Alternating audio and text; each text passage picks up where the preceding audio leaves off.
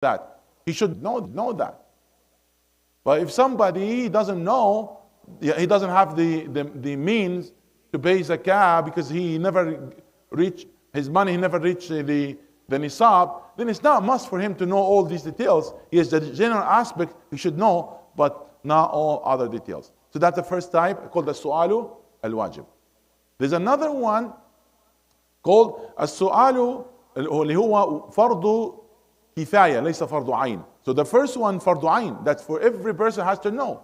There's another one فرض كفاية, that's must to know, but not for every single person.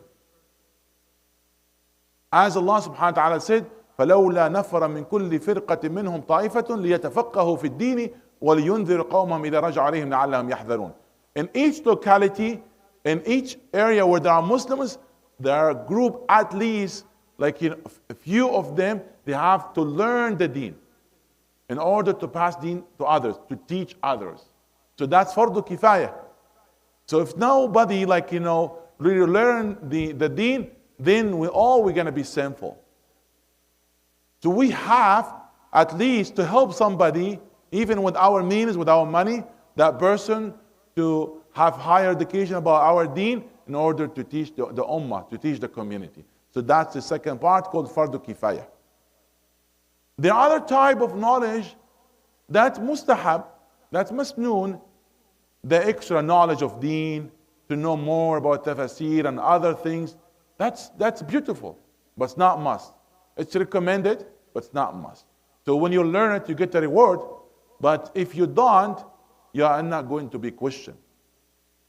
However, there are other types of knowledge, either could be makruh or haram. Yes, makruh could be makruh. If your question lead to problems, that you should not even ask that question. You should not ask that question. When a man came to Imam Malik and asking him about al-istiwa, how is istiwa? So he said to him, al-istiwa ma'lum wa al-kayfu majhul wa as-su'alu anhu bid'ah wa inni la araka rajula su' wa amara bi ikhrajihi min al-masjid. If you ask any question that lead to fitna, that you should not do that. There's one person at the time of Sayyidina Umar, he was asking a question causing troubles and creating kind of misconceptions and confusing people. So Sayyidina Umar, he asked him to present in front of him, and then he start hitting him. And he get busy and then come back and hitting him with his dhurra, with his asa. And then he get busy and come back and he get him. He said, oh Umar, you want to kill me or to discipline me? If you want to discipline me, I get disciplined. That's it. He said, okay, now go.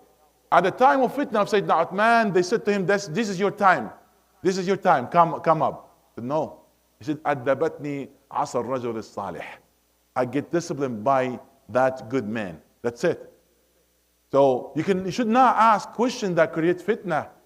The questions that to learn about your deen, not just to waste your time. There's one person, he said to me, what's the name of the dog of Ahlul Kahf? Okay, so you know everything now. You know about the knowledge. Just now you need the name of that one. So one of the students, he said the name, his name Basit. He said, how do you know? He said, وَكَلْبُهُمْ Basit. I said, no, that doesn't mean that. And another one, when I was talking about the ant of Sulaiman, he said, is that male or female? I said, what? So you learn everything. Now you're asking about this. This is makruh. You're wasting your time, your energy, and you put in your effort for something not important. علم لا ينفع وجهل لا يضر. So you should not really waste your time asking about all of these. So that's, makruh. And there is another type of knowledge and asking that is haram. That is haram, yes. Allah subhanahu wa ta'ala said, يا أيها الذين آمنوا لا تسألوا عن أشياء إن تبد لكم تسؤكم وإن تسألوا عنها حين ينزل القرآن تبد لكم عفى الله عنها والله غفور حليم. قد سألها قوم من قبلكم ثم أصبحوا بها كافرين. Why you are asking? Why you make it hard and difficult? So you should not really ask about some matters and learn all of that. That should be haram. And I'll give you one example, like, for those out of curiosity, they might want to learn how to do magic. And magic is haram. And learning that is haram. Allah subhanahu wa ta'ala said, يُعَلِّمُونَ النَّاسَ السِّحْرَ يُعَلِّمُون. They teach people sihr. So learning that is haram. It's a knowledge, yes, but it's haram knowledge. It's leading to haram. So you should not follow your thirst to learn something that's not Islamic. You should stop doing that. And when you learn about your deen, that's the most important things. How come somebody has higher level in his field, but then basic of Islam he doesn't know? وَاجْعَلْ عُلُومَ الدِّينِ رَأْسَ الْمَالِ ثُمَّ عُلُومَ الدُّنْيا بِالتَّوَالِ. Imam Shafi'i said, كل العلوم سوى القرآن مشغلة إلا الحديث وعلم الفقه في الدين. العلم ما كان فيه قال حدثنا وما سوى ذاك وسواس الشياطين. Like he meant that's the ulum that related to deen.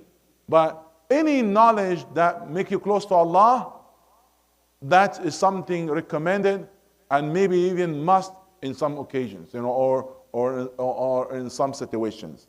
So we have to know that there are type of knowledge that's makruh and haram. And now in knowing that will stop you asking. Do not stop asking.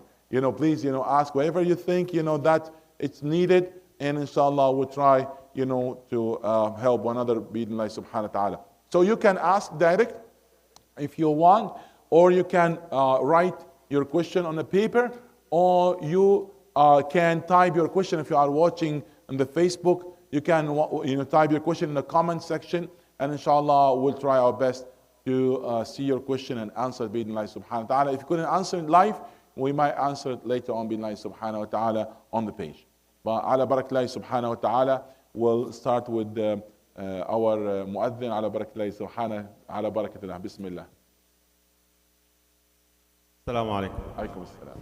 السؤال هو الجمع في الصلوات الظهر والعصر والمغرب والعشاء في ظروف المطر الحر الشديد البرد الشديد. نعم. لو تكرمت. نعم. Jazakallah khairan. So the brother asking about jama, combining the prayer, those are mutual in time. So there are Dhuhr and Asr, they share the time because their times overlap. You know that, yes? Because وقت الظهر الضروري هو نفسه وذاته وقت العصر الاختياري. So they are overlap. Same for Maghrib and Isha. So the brother asking about the combining the prayer. Before I answer that, in fiqh we have something called rukhsa, special permission. And the rukhsa are 4 types. عندنا رخصة واجبة. It's something, it's must. You have to take it. For example, that's eating dead animal to save your life. If you are starving to death and you are in desert, there's nothing there except the dead animal. It's must for you to eat from it to save your life, to safeguard your life. So it's very important to understand that. That's a rukhsa. It's a permission, but it's must at that time. There's another type called رخصة مسنونة. وهي ما عبر عنها النبي صلى الله عليه وسلم إن الله يحب أن تؤتى رخصه كما تؤتى عزائمه. That Allah subhanahu wa ta'ala loves you to take the permission that He gives you as a gift as you are taking and coming forward to practice what is norm. So there is rukhsa and azima. So that rukhsa, it's better to consider. An example of that shorten the prayer at the time of traveling, or combining the prayer at some occasions and some situations where, especially when there is a bad weather. And the third type, they called rukhsatun mubahatun, where that permission that it's just permissible and it's equal, you take it or leave it. An example of that السلم في العراية في السلم, that's something deep in fiqh. Maybe later we'll talk about it. The fourth type called khilaful awla. It's a permission, but it's better not. An example of that to break your fast during traveling. Allah subhanahu wa ta'ala said, وَأَن تَصُومُوا خَيْرٌ لَكُمْ. It's better for you to fast. So it's permission for you. You can consider. However, if you can continue fasting, then it's better. So there are four types of rukhas. That's what the brother asking is comes and fall in the second category. Rukhsatun masnunatun. So min as-sunnati al-jam'u. So all scholars, the fourth school of thought, Imam Malik, Imam Shafi'i, Imam Abu Hanifa, Imam Ahmad Hanbal, all agreed about as a principle that there is a jama'. Even Imam Hanifa, yes, Imam Hanifa. Because a lot of people say, oh, Imam Hanifa has no jama'. No, he has jama', but not in every circumstance or whatever. He has jama' in the trip of Hajj. So as a principle, he agreed to that. But he limited that only for the trip of Hajj. So in that circumstances, that there is a jama' in that specific occasion, specific time. However, he didn't consider that making jama' in the other occasions. It was mentioned in Sahih al-Bukhari, in the narration of Ibn Abbas anhu, that the Prophet he combined the prayer even with no rain or other reason. He meant there's no the common reason of jama'. It might be other reason, but not the common one as used to be. So now when there is a bad weather that where it's hard for people to walk to the mosque, where there's a rain that's wet your cloth. It's not just radad or something very light. No, that's different. But something wet your cloth, because that might make you sick, So that type of rain, of course, if there's a heavy rain or snow, that's with no question. That's imams like Imam Shafi'i, Imam Ahmad bin Hanbal, Imam Malik, that they said that's the sunnah of the Prophet, which is a permission, is a rukhsah that to combine at that time. However, that's combining for the regular jama'ah. Now you are at home. There's no point. You are at home. There's no permission for you that to combine. So that permission for those, they are regular and the regular jama'ah that come to the masjid. Those they can combine the prayer during the severe weather. Okay. Jazakallah khairan. Okay. In the Facebook, yes. Yes. Correct. Yes. So somebody asking, he's working for 1 hour driving, and we don't determine that by the time. We determine by the distance. So if he's intending, or he already passed 84 kilometers or more, then he's eligible for making qasr. So let's say that in the morning that I have the intention to go to Mississauga or to go to Toronto, which definitely more than 84 kilometers, yes? So the moment that I pass my locality, I'm eligible for combining and shortening the prayer. I'm eligible. But not the moment that I'm still in my home or I still close by.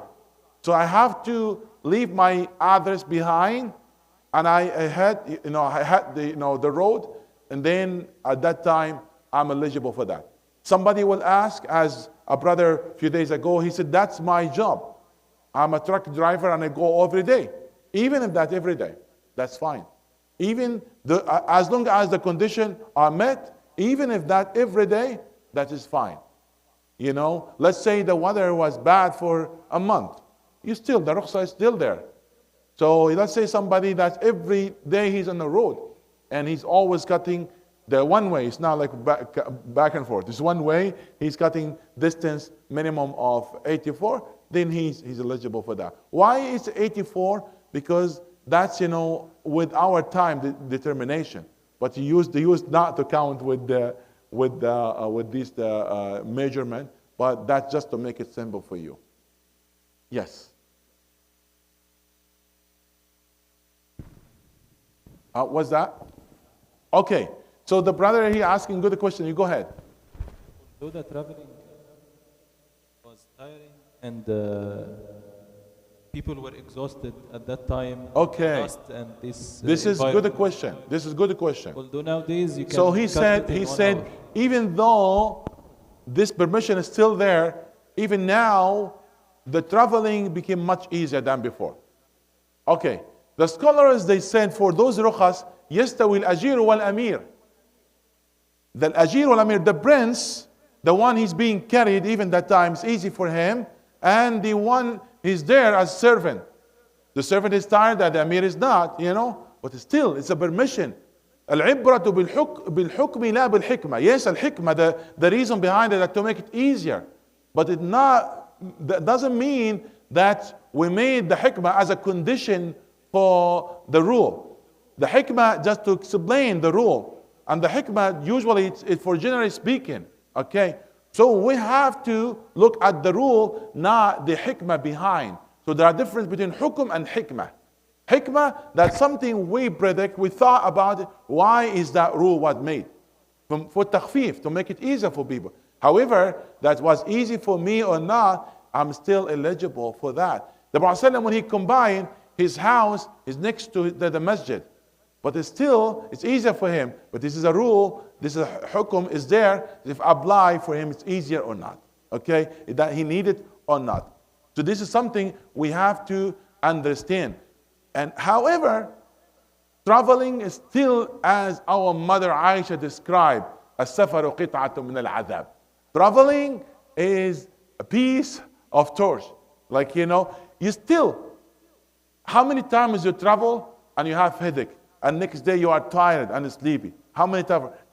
Even you go for vacation. Our vacation need another vacation, yes? You go, especially if you have a bunch of kids, you'll be tired. What's vacation this one? It's not vacation, especially our vacation, we know how it works. So whatever type of travel, that's for course, that's safaru ta'a, not safaru ma'siyah. So that type, even if you are going in first class in the airplane, still you are eligible for that rukhsa. And that's really important to understand. There's one scholar, he made a fatwa, and all other scholars really went against him. One time, Amir, a prince, asked him, he said, I made an oath, and I want you to tell me what I should do. He said, for you, you have to fast 3 days, 3 consecutive days. 3 أيام متتابعات. But the rule is not there. The rule is not like you fast first. First, if you have means to free slaves, then you should do. If you don't have, then you have to feed. Is that right? فكفارته the آية فكفارة طعام 10 مساكين من أوسط ما تطعمون عليكم أو كسوة أو تحرير رقبة. It's an option between these 3. So if you can feed, just for clarification. So if you can feed or clothe or even free people, then that's first. You should do it. Yes. فكفارة طعام 10 مساكين. For example, let's say there are 10 people that you feed them. That's first. He said, no. He is able. He's financially able to do that. So I want to make it harder for him. He said, no. Your kafara to fast, 3 days. It's not up to you. It's not in your hand. What do you mean? It's easy or not? This is the rules of Allah subhanahu wa ta'ala. And who told you that Allah made it that because of easy or difficult? What do you think? Let him swear and break and he will feed people. They get benefit of that. So it was wrong from that Sheikh called the Imam al-Lakhmi. Anyway, that should not be. So the rule is the rules apply for all people are equally. Either they are in that level of prince and queens or whatever, or they are not. So the rule is the rule. Okay, Jazakallah khairan for bringing this. Alaykum as-salam. The brother asked about combining salah. Who make the decision of combining? Imam. What happens if the imam is not here? Yeah, the imam is not necessarily that regular imam. Who is ever leading, he's responsible. Who is ever leading, at the moment people agreed to him to lead, then they give him the bay'ah, yes, at that time to lead. So they accept and they agree, then they should follow. So this should not be a sort where there be noise here and there, but he can consult with them, they can ask, but at the end, that's his decision. The decision of somebody he's leading. That's at the end of that, if the people have agreed that the person should lead. Must say it in the So in the combination, combining the prayer, one of the conditions of that before concluding the prayer, the first prayer, you put the intention, that's not the condition all scholars agree upon, but the majority of them, should be that you have the intention before concluding the first prayer. You don't have to have the intention when you start, but at least before concluding the first prayer, that this should be there. Jazakumullah khairan. Yes, Brother Mustafa.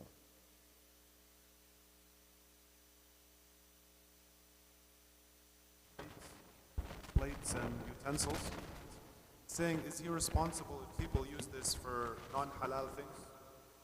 Maybe for cooking pork or using them for... Okay. So, am I responsible for the product that I'm selling if people, they misuse of that? If I knew for sure, for 100%, that's the only use for this, or people they use for that, then yes, I'm part of it. Let's say I'm selling knives, and I know somebody, he want to take it to kill somebody. I cannot sell that to that person because I'm helping him. Okay. However, if I didn't know he might use for this, for other purposes, then I'm not going to be questioned in this way.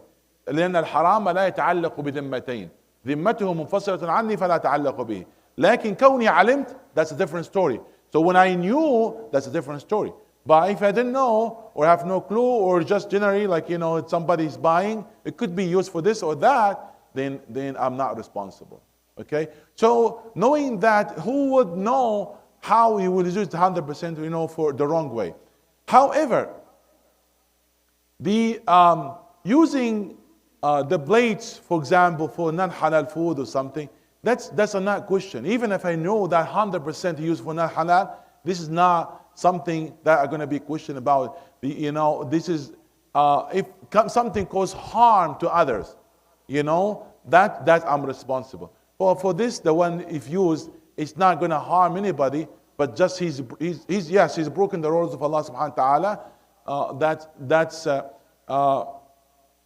I'm not responsible for the action of that person. Okay? So he's okay to sell those ones. To whoever he's asking, unless he's 100%, he used that's the only use for this, for that purpose, which is haram. Haram and harmful. Yes. For Yes, brother. combination again for the salah. Say for example, I came late. Look closer, clearer, because people they want If to. I came late, do I make the intention of or asr? And when I finish the adhkar and prayers after that, which one am I supposed to do? For example, I'm in the Isha. Can you make it clearer? Yeah. I don't hear. Yeah. Sorry, if I'm praying, you are combining. And Yes. I came late, and I don't know whether it is Dhuhr or Asr. Okay. And if Maghrib and Isha, after we finish, Okay. are we supposed to do the Adhkar Maghrib or Isha? And should we pray Shafa and Witr immediately or no? Okay. First of all, let's say somebody he came to the mosque, and in a case of Jama or any other case, and he had intention different than the intention of the Imam, where he thought they are praying Dhuhr and they are praying Asr, or he missed Dhuhr, and when he came to the mosque, he knew that they prayed Asr, and he still joined them with a dish of Dhuhr. So now there are differences in intention. Either that he knew or not, but there are different in intention in these cases. Is that fine? Okay. Imam Shafi'i, among others, he said that in this case is fine. And as long as there is a great scholar that's his opinion is valid, especially based on evidence, you feel free to follow that opinion with no issue. We're not like in a strictest, I have to follow this school of thought, not the other one. However, I should not just to play the game and find what's easier for me. No, as long as that's supported by strong evidence. Now, having different intentions, does that matter? So, Imam Shafi'i said it's fine even if there's difference between Imam and Ma'mum. Evidence for that, Hadith of Mu'ad. Mu'ad ibn Jabal radiallahu ta'ala anhu, he used to pray behind the Prophet sallallahu alaihi wasallam. And then he will go to his locality and lead salah. So now, he's the same salah that he prayed first. For the second time, is it fard for him? No. He's praying sunnah now. And people praying behind somebody has different intention. Okay? So he's praying sunnah and they're praying behind him is fard. And is the Prophet knew about that? Yes. And actually one time they came and they complained to the Prophet and they said, "Fattanun anta ya Mu'ad." So he was praying too long, and he said, "Please do not do so." So he knew about that he used to go and lead the salah with people in his locality. And also one time the Prophet concluded his salah while a person came and the Prophet said, "Man yatasaddaqu ala hada?" Who will give a gift for this person, give us charity for this one? He meant who will pray with him and give him the reward of jama'ah. So the Prophet, the one he asked, one of them, he's already prayed and he want that person to join the other person in order to get the jama'ah. And now they have different intention, but it's still it's the command of the Prophet ﷺ and the permission of the Prophet ﷺ. So based on these hadith and others, that Imam Shafi'i considered that it's fine that even the one praying behind the Imam has different intention than the Imam. So that's first of all. So if you come in, and you had a different intention, let's say the Imam praying, Asr and you are in Dhuhr, that will be fine. Now, if somebody, he joined the Imam and was the same intention of Imam, whatever, so the question of the brother, it doesn't matter. You started with the Imam or you joined the Imam. If the Imam made the intention of Jama'ah, that's applicable for you as well. So if the Imam made the intention of Jama'ah, then you don't have to worry about that. Then that will be fine for you to join them for Jama'ah. Now, for those they prayed Jama'ah, how about the Sunnah, the Qabliyah and Ba'diyah for the Salawat? You still can perform it after the Jama'ah. Let's say now we combine Maghrib and Isha, and I want to pray the Sunnah of Maghrib. I could do. I prayed Isha. I could do. I want to pray right after Salatul Watr, and not even Isha yet. I could do. Then the Watr khalfa Isha in Sahih. So it's you pray Watr after correct Isha, and that's correct. You don't have to wait until the actual time for Isha in order to pray Watr. So all the Sunnah, Qabliyah and Ba'diyah, you still can perform it in the case of Jama'ah.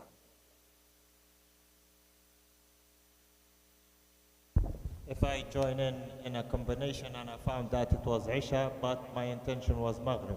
That's a different story. Yeah. That's a different story. So if somebody entered the mosque and he thought that's a Maghrib prayer, but to find out that's a Isha, then yes, he has to follow the Imam in this case. But after the Salah conclude, then he will pray by his own Maghrib, prayer.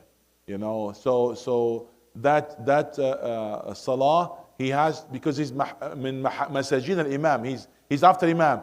He has to follow that case.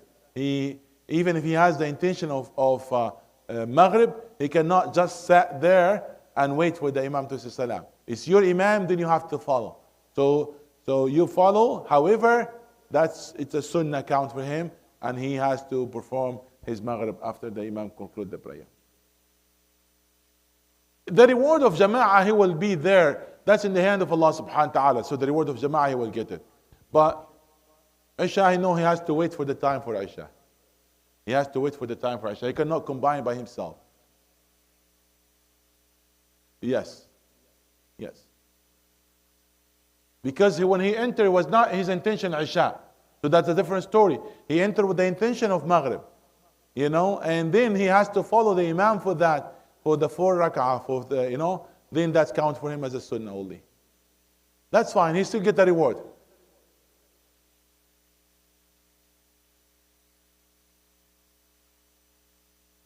That's correct. If somebody doing like a treatment dialysis works, or like for those, they have the kidney, they have 3-4 hours, those they have an operation, those they're gonna do the operation like, and there's no time for them to stop, because in some operation they could. There's one doctor told me he performed 15 hours operation, and there's a way that he can stop, take rest, and another will help. That's a different story. But if there's no way, or it's really difficult for you, then am I eligible? I could combine the prayer? Yes, you could.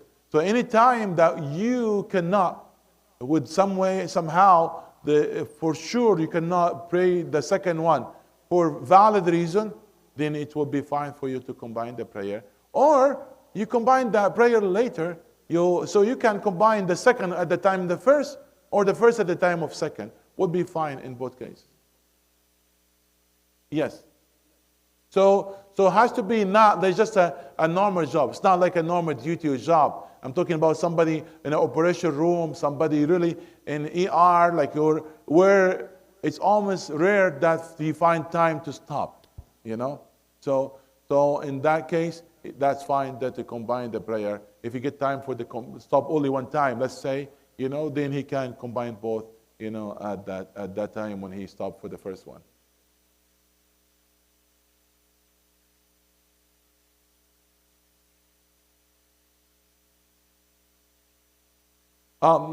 If just like a regular lecture, no, it's not the case, But if, let's say, as I said, the time that for sure the second prayer time that he had that confidence or assurance that he will miss it, because he's in the exam already, started the exam.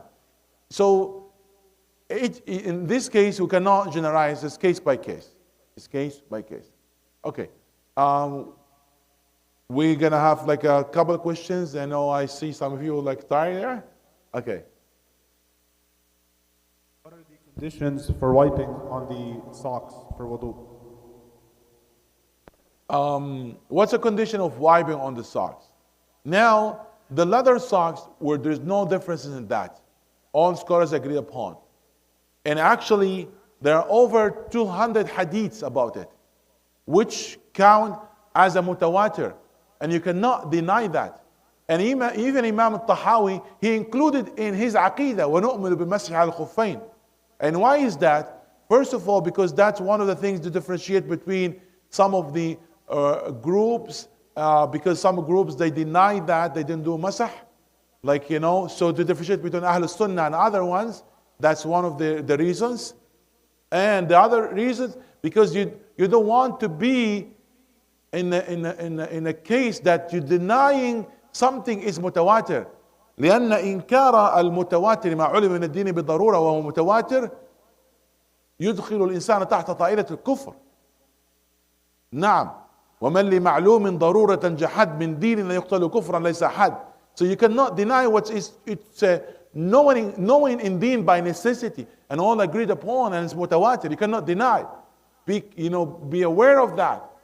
So that's why it's included in and even a book of aqidah, because it's a risk of the faith of the person if he denied that. So if the leather socks, that no doubt that you can do that and do masah with thin condition. Thin condition. That has to be a leather and to be tanning. That has to be a chemical process, that to be pure, and has to wear it when you are having wudu, valid wudu, and has to cover up to your ankle, and has not to have any hole more than 1/3 of it, and if you are a resident that's only eligible for 24 hours, and then you have to move it, you have to remove it, and if you are a traveler, 3 days and nights. So there are conditions that, with that one, it's not just, leather, socks and it's just rubbing it, whatever. I put it in my foot for 1 week and rub on it. No. Okay? So there are conditions that are attached to that. And for the other types of socks, that's a different story. Imam Ahmad ibn Hanbal, he accepted with 2 conditions, that it be thick and you can walk in it. You can use to walk. So it's kind of replacing the leather one. It's so something like this. And the evidence of that, that's a Sahaba, they were in a battlefield and it was cold nights and was actually kind of a snow. And they couldn't find something to do except rubbing cloth on their foot. And then they made masah, they rub over it for their wudu. And that hadith, some scholars even wrote a book or booklet about it. Like Imam Ahmad Shakir, he wrote a book about it that's to prove that hadith is authentic. So anyway, even it's one hadith, if it's that authentic and the Sahaba they did it, then that would be fine to consider that hadith. And many other statements and many other hadiths in this regard. However, that's not something agreed upon or the opinion of the majority of scholars. This was not the opinion of the majority of scholars, to be clear about this. Okay? Now, let's say in a bad weather or in bad condition or in a situation that there's no much chance for me to remove even my socks or even to make wudu, like in a public washroom or in the washroom at the time of place of work where it's kind of liability, might somebody come and slip, So in this case, am I okay to follow Imam Ahmad ibn Hanbal opinion? Yes, that's fine. You can. It's a opinion that is valid and it's supported by evidence, so it is fine. If you don't want to consider that and you will take in this case of azima, maybe it's better. Why is that? Why I'm saying this? Because it's always try to make your ibadah, especially your salah, valid according to all. If you can. I'm not here to please all opinion and to fulfill all the opinion here and there. But if I can, why not? Let's say Imam Shafi'i, he said it's fine just to rub on your hair, part of it. Because he translate the word برؤوسكم as part of it. بعضا. مع أن الباء ليست للتبعيد عند أكثر علماء العربية إلا في كتاب الخصائص لابن جني وغيرهم. لكن he considered that as the تبعيد. But anyway, هي باء الآلة, باء اللسوق, باء الآلة. But they said برؤوسكم, that's some of it. And he supported with some ahadith. That's why he rubbed on his hair and he continued rubbing on his amama على كور عمامته. So he did part of it. However, other imams like Imam Malik, he said you have to rub on all of it على جميع الرأس. Now, if I can do all of it, why not? Why just limit it to part of it? So I should make it valid according to all. Now, in some cases it might be. Maybe a lady, she cannot take off her hijab in a public washroom. And she will consider Imam Shafi'i opinion, just will put her wet hand between her hijab and hair, and she will do that. It would be fine, that would be fine. You will say why she's not feel comfortable. You know why. You look at me. Yes, it's just, female washroom. Yes, female washroom, but you know why. Nowadays, you cannot even trust who consider himself female. You go to the washroom and you don't know who is. Yes, wallahi, it's a big problem. Is that right? What you can do? Yes, Allah musta'an. So you cannot trust, anybody. Like, yeah, it's a female washroom, but Allah knows. you know, subhanallah. So anyway, now just I'm telling you that, if you can consider your ibadah valid according to all, you should be. I still have some questions here. We take them. You have time for that? Okay. Read them, Mustafa, please. Yeah. Yeah. We answer quickly. Bismillah. First question is, during sujood is the best time to make dua. Is there hadith regarding making dua after the salah? Okay. During the salah, that's one of the good times. It's one of the best times to make dua. أقرب ما يكون العبد من ربه وهو ساجد. So that's a time when you be close to Allah subhanahu wa ta'ala, as mentioned in the hadith. It's not physically, it's metaphorically, but that's a time when Allah subhanahu wa ta'ala would answer. And there's more chance for dua to be answered. However, can I make dua after salah? Of course. Who said not? That's one of the times as well. So after salah, the Prophet used to say 3 times astaghfirullah. What's astaghfirullah? This is a dua. He's begging Allah forgiveness. And he one time asked Mu'adh ibn Jabal, and he said, Ya Mu'adh, inni uhibbuk. فلا تدعن دبر كل صلاة أن تقول اللهم أعني على ذكرك وشكرك وحسن عبادتك. Oh Mu'adh, I love you. Oh Mu'adh, do not leave to say after each salah this statement. اللهم أعني على ذكرك وشكرك وحسن عبادتك. He taught him when and how what he should say. So after salah. And we all agree that statement not during salah, that's after salah. So after salah you can. There's no question with that. So you can make dua. And that's actually one of the best time. And actually after salah you could inquire the dua of malaika while you are sitting on your place. As long as you are in your spot, doing dhikr or even just sitting silent, there's another one making dua for you. You know who's making dua for you at that time? Angels. So do not rush to leave your spot after salah. Stay in your spot and make dua or make dhikr, make adhkar, whatever, even stay silent there. At that time, angels will make dua for you. The moment I start talking or you leave your spot, that will stop making dua for you. So you can make dua, and that's one of the times. However, the time should be that for each individual making dua for himself and for the ummah, but by yourself. So it's not recommended that the dua will be in a group. Unless that was for different occasions and not connected with the salah and for different purposes and not something regular. That would be a different story. We're talking about the regular dua will be after salah where the group will making dua. That's not the time of it. That's not time of it. And actually, the Prophet never did it. That's in the regular basis or something like that.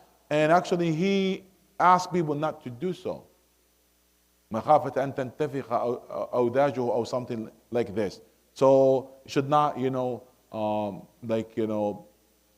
consider that and stay away from it. But making dua by your own, for yourself and for your family, for the ummah, of course, that's one of the good dua, one of good time for making dua. Yes.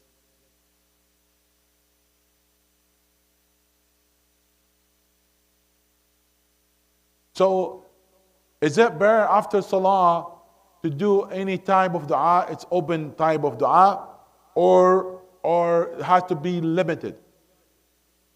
For the dua, there's no, in any time that the dua is required, you don't have to do a special dua. And actually there's a hadith that's one of the 6 times of the dua be answered. That's wadubur as-salawat al-maktubat. So in salah, even in salah, in sujood, you can say any dua. It's better if you know the exact dua that Rasulullah used to say. So there is a time after tashahhud that is specific dua. But the time of sujood, You can't make any dua because Rasulullah opened the door. He said, فَادْعُوا فِيهِ بِمَا شِئْتُمْ. You know, you can make a dua. After salah, of course, always the best way to limit it to the dua that Rasulullah used to say. However, that is fine. That's fine. You can make any dua. You should not, like, you know, just restrict yourself for all these specific, you know, dua after that. So here the point.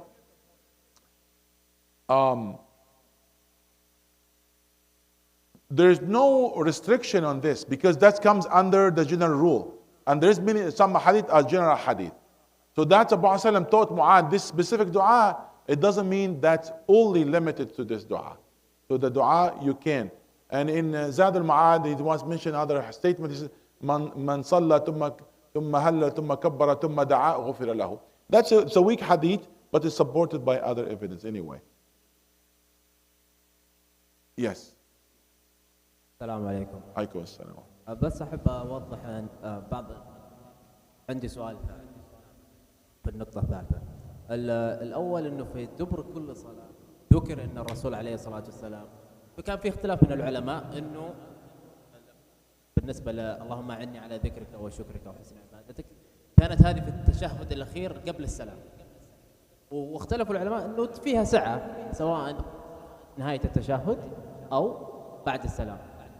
فهذه النقطة الأولى. النقطة الثانية من السنن في الأدعية ذكر إنه نقطته في السجود ذكر إن الرسول عليه الصلاة والسلام كان يقول اللهم اغفر لي ذنبي كله دقه وجله وأوله وآخره وعلانيته وسره.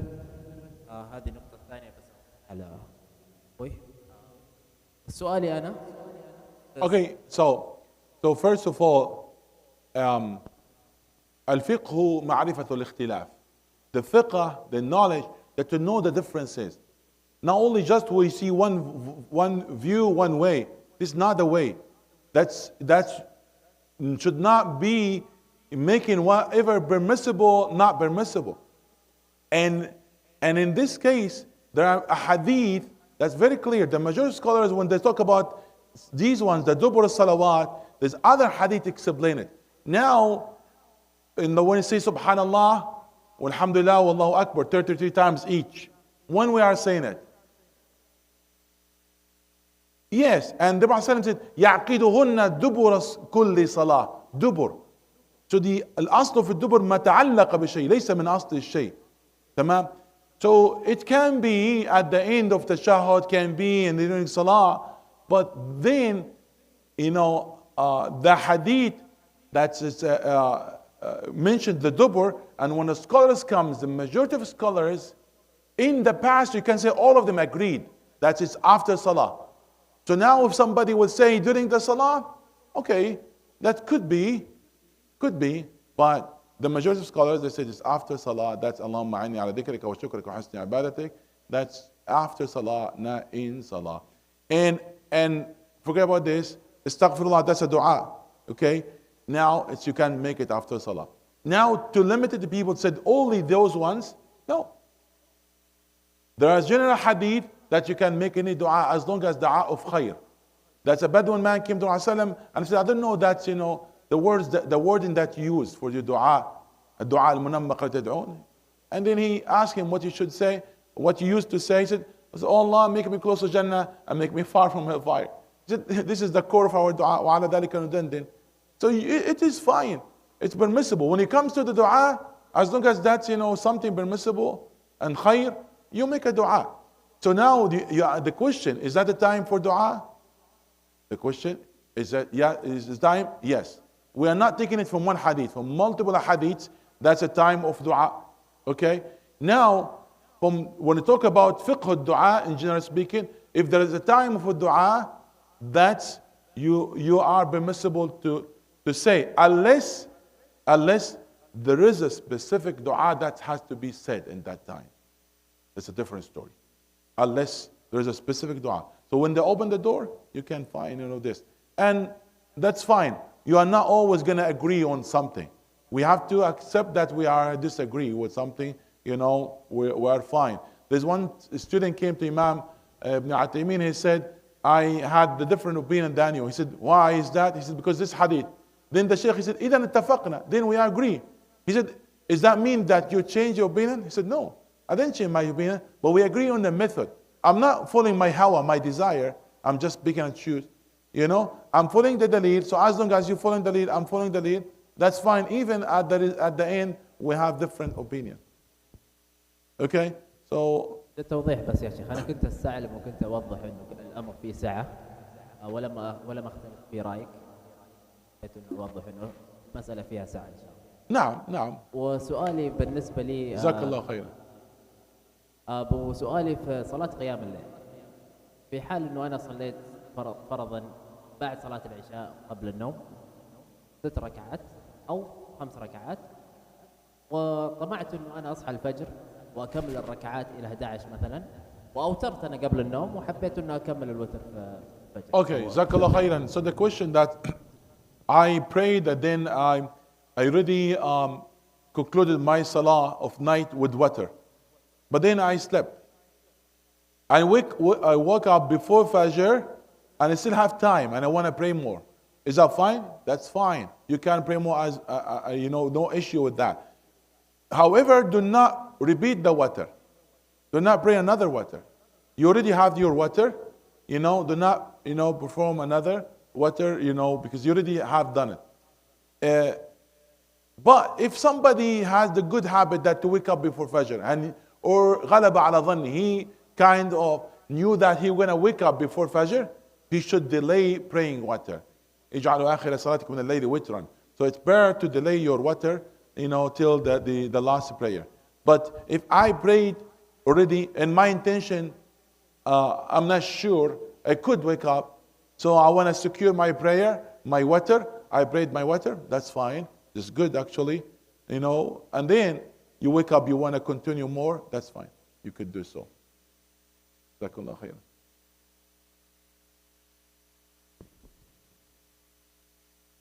Can you, for compulsory prayer, during compulsory prayer, can you make dua in another language other than Arabic?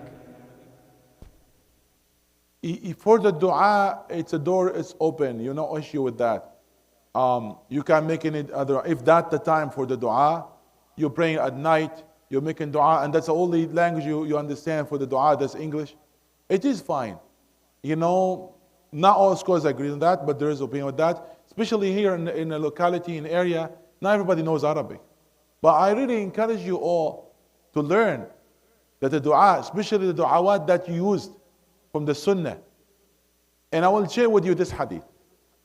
Our mother, Juwayriyah bint al-Harith, she was busy making dhikr and dua after Fajr until the sunrise.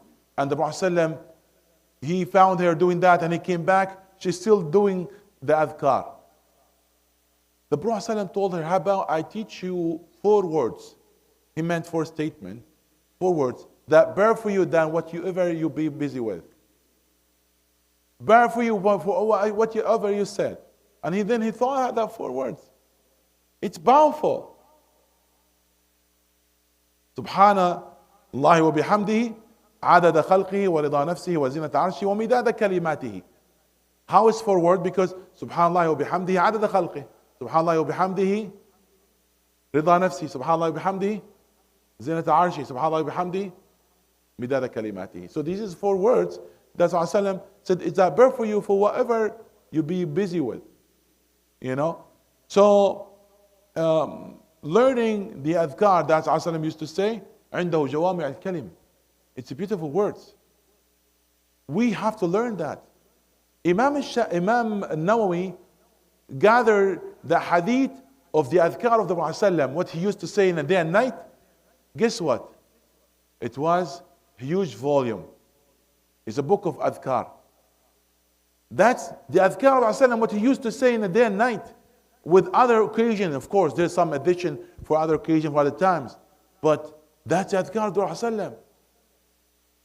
He's busy and with the dhikr, and he's connecting himself with Allah subhanahu wa ta'ala with every situation, with every occasion. So what we should do, we should follow his steps. So that the adhkar, the book of adhkar, Imam Nawawi, I encourage each one of you has a copy of that in their homes. If you don't have one, order one. You should have it in your home. That's a book of adhkar. And learn what Sallallahu used to say in different occasions. So imagine that you're asking Allah subhanahu wa ta'ala by His words that's in the Quran or by the words of the Prophet ﷺ. How that will be more beloved. How that Allah subhanahu wa ta'ala loves that voice that comes from a voice that somebody in need using the word of Allah that's in His Quran or the word of the Prophet ﷺ. So it is inshallah a word of encouragement. Try to encourage each one of you to memorize more of the dua of the Prophet sallallahu alaihi wasallam. Sorry if you have a question I didn't have time to answer it, but inshallah we'll leave it for next time. And inshallah maybe next time at the beginning we give a summary, some rules related to Ramadan to prepare ourselves for Fiqh Siyam, just for first 10, 15, 20 minutes, and then the rest will be open for any question. Do you like that?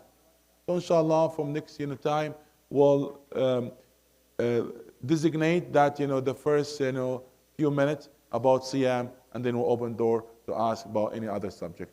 May Allah subhanahu wa ta'ala grant the best for all of us in this life and hereafter. Allahumma allimna ma jahilna wa dhukkirna ma nusina wa faqahna fi dina waj'alna min ibadika as-salihin. اللهم نسألك العفو والعافية والمعافاة الدائمة في الدين والدنيا والآخرة.